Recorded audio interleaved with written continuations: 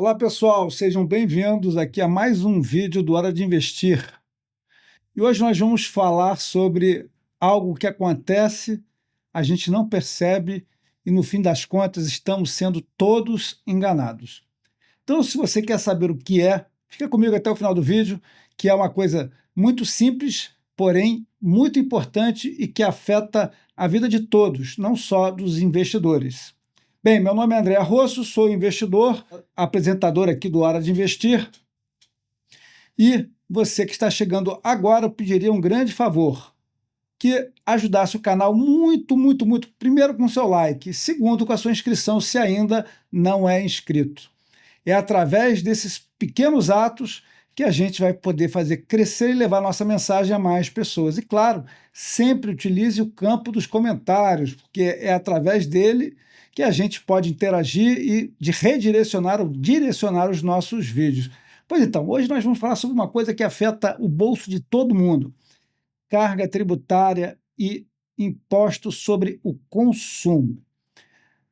No vídeo anterior, nós falamos que aqui o Brasil ele tem uma carga injusta, porque quem paga a conta desse excesso de Estado que nós temos aqui no nosso país acaba sendo os mais pobres. Isso não tem dúvida, porque o nosso imposto ele se estrutura sobre o consumo. E aí aqui hoje eu vou pegar um exemplo muito simples, né? Eu peguei aqui uma nota de combustível relativamente recente, né? Ela tem aqui a data 13 de fevereiro de 2026. Tá? Então, foi abastecido um automóvel nosso com gasolina, 43 litros, né, 43,11 litros, ao custo de R$ 5,99 o litro. Eu estou aqui gravando esse vídeo no dia 26 de fevereiro, então foi há 2 semanas atrás, esse abastecimento na cidade de Salvador. Pois então, está escrito aqui na nota: tributos aproximados, federal 11,6%, R$ 29,95.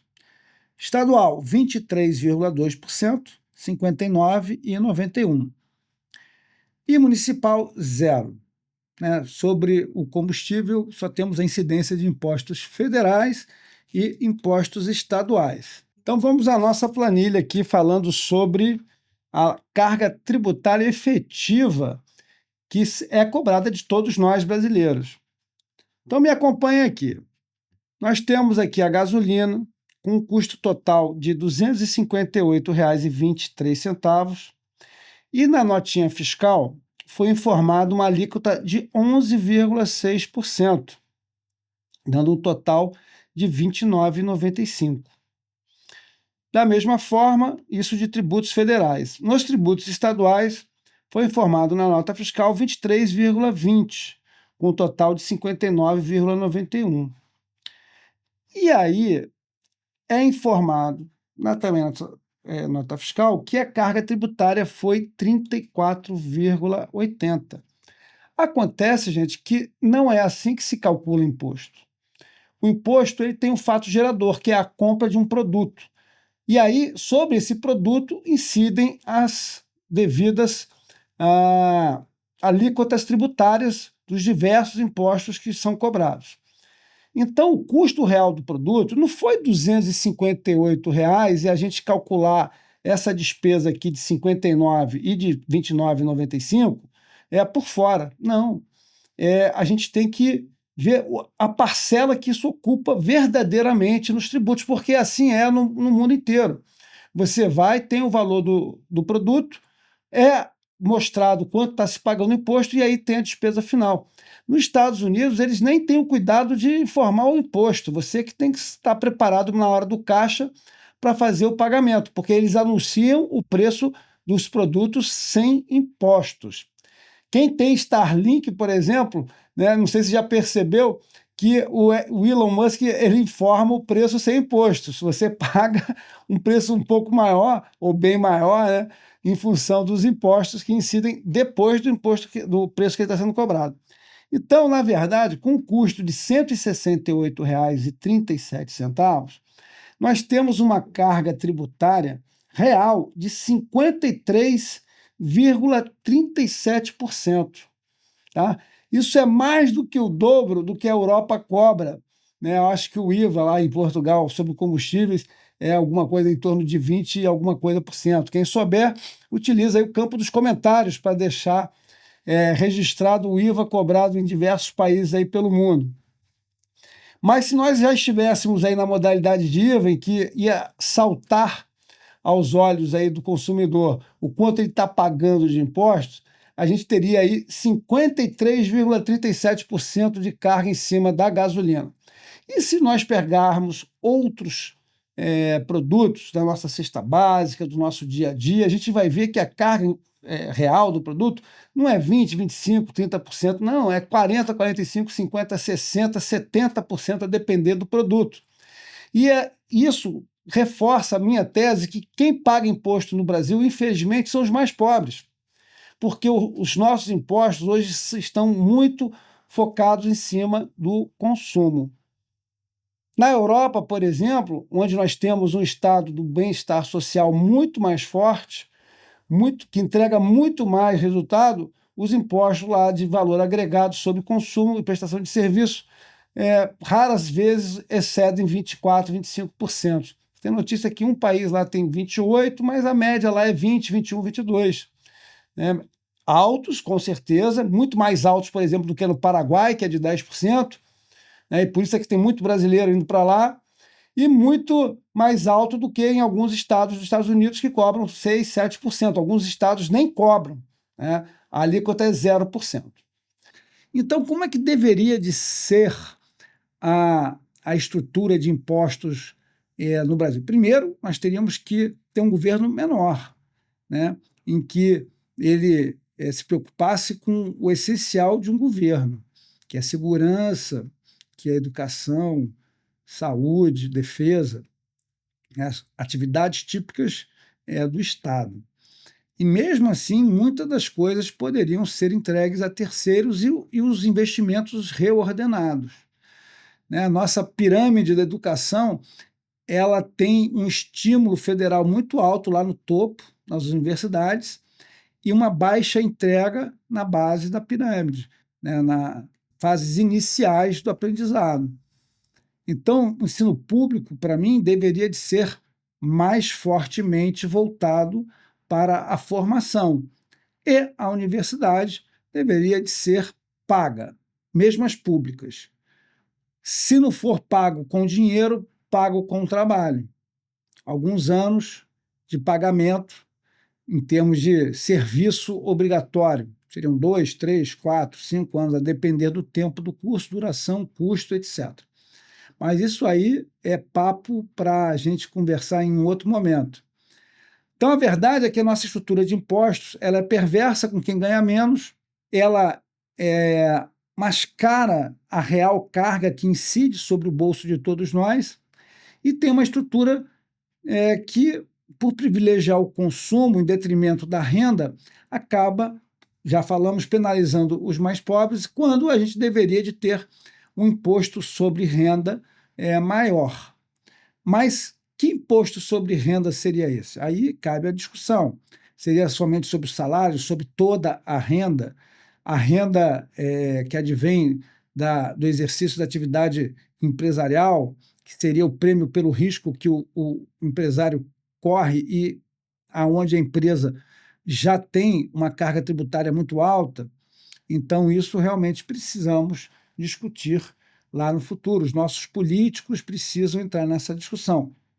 Outro dia, eu vi uma discussão muito interessante sobre a questão da organização dos nossos votos, né? Por onde que eles vão? Alguém sabe aí, e escreva no comentário, em qual senador, né? A eleição passada nós tivemos a renovação de 1/3 do Senado. Nesse ano de 2026, teremos 2/3. Mas em qual senador, em qual deputado federal votou na última eleição? E em ele não sendo eleito, né, o seu representante, quem é o seu representante? Essa que é a grande questão, né? Então, o nosso deputado, o nosso senador, ele só existiria, só seria nosso se ele fosse distrital. E nada de distrital misto, né? Teria que ser distrital puro, para que a gente tivesse uma representação igualitária das diversas regiões do Brasil por população. O voto do cidadão, nada contra o Acre ou o Amapá, conheço ambos os estados, visitei na minha época da Marinha, não pode o cidadão de um estado pequeno ter o voto dele com maior peso que o cidadão de São Paulo, por exemplo. Um deputado federal se elege num estado pequeno com algumas, às vezes, nem centenas de mil votos, enquanto lá em São Paulo você precisa ter no quociente eleitoral, sei lá, 500, 600 mil. Vou pedir para botar aqui qual é o quociente eleitoral do nosso estado, o menor quociente eleitoral, né, do estado menor, em relação ao número de deputados, e qual é o quociente eleitoral, né, do São Paulo, por exemplo. E aí, essa estrutura de representação, ela acaba, de alguma forma, fazendo com que você não tenha a quem cobrar. Né? Aqui, os grupos de pressão, né, os grupos mais organizados, eles conseguem, de alguma forma, numerosos, né, organizados e numerosos, conseguem eleger representantes pela proporcionalidade. E isso acaba criando algumas distorções. Né? Grandes grupos organizados, numerosos, acabam tendo representantes que aumentam os privilégios desses grupos. Mas aí a gente realmente precisa discutir isso com seriedade no futuro. E como isso afeta o seu bolso de investidor? Ele faz, né, esse conjunto de fatores faz com que o Brasil viva permanentemente em crise. Né? Hoje eu vou gravar, ou hoje ou amanhã, um vídeo sobre o ETF High 11. Né? Fazer aqui uma série de vídeos sobre os ETFs do Nubank, e depois a gente vai mudar um pouquinho o tema, mas vamos falar sobre os ETFs do Nubank. E por que o Nubank? Porque o Nubank, ele hoje é o maior banco, né, ou um dos maiores bancos, um dos dois maiores bancos em número de correntistas. E por isso mesmo, muita gente tem acesso, né, ao aplicativo do Nubank e não sabe como investir, como utilizar o Nubank, só usa a caixinha do Nubank. E nós temos todo um universo de investimentos que pode ser explorado. Vamos fazer isso no momento futuro, breve, e vamos mostrar esses produtos todos que estão a seu acesso e que lhe dão exposição à Bolsa de Valores.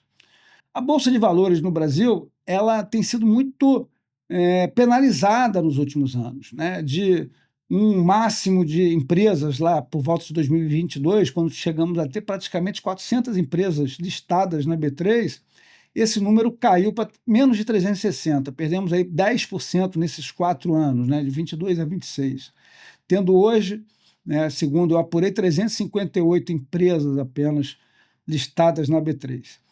Isso é ruim para o ambiente de negócios no Brasil, porque a Bolsa é uma forma de você criar um ambiente de negócio positivo, haja vista a importância da Bolsa Americana naquela economia. Né? Se nós tivéssemos algo parecido ou próximo aqui do Brasil, um número enorme de companhias saudáveis, né, abertas, transparentes, fazendo dinheiro, gerando riqueza, criando emprego de verdade, sem precisar de subsídios, sem precisar de apadrinhamentos, né, sem precisar de determinadas ações que, na verdade, só introduzem mais e mais distorções, ineficiências e, claro, impedem o ganho de produtividade. Nós vamos falar sobre produtividade num vídeo futuro, mas esse é talvez o grande problema da nossa economia aí nos últimos 40 anos, a produtividade que não sobe. E isso se torna ainda mais problemático quando o país começar a perder população em número. Daqui a 10 anos, talvez o Brasil já comece a ter uma diminuição na sua população. E se temos uma população que diminui e uma produtividade que não aumenta, o nosso PIB também vai diminuir, né? Como aconteceu com o Japão. que era a segunda economia, com alguns trilhões, se aproximando dos Estados Unidos, lá nos anos 80, e hoje continua uma grande economia, muito importante, mas certamente menor do que deveria de ser em função do decréscimo populacional do Japão. A produtividade lá até se manteve, até subiu um pouco, mas menos até que em outros países.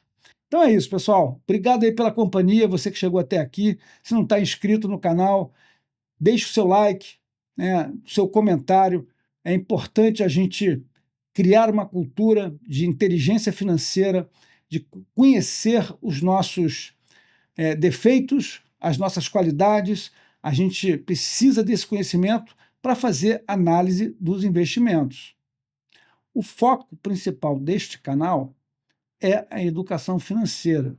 Nunca aqui nós faremos uma recomendação de investimento, mas você desenvolver conhecimento, análise crítica, vai sim contribuir para que você faça melhores escolhas no futuro. Até um próximo vídeo.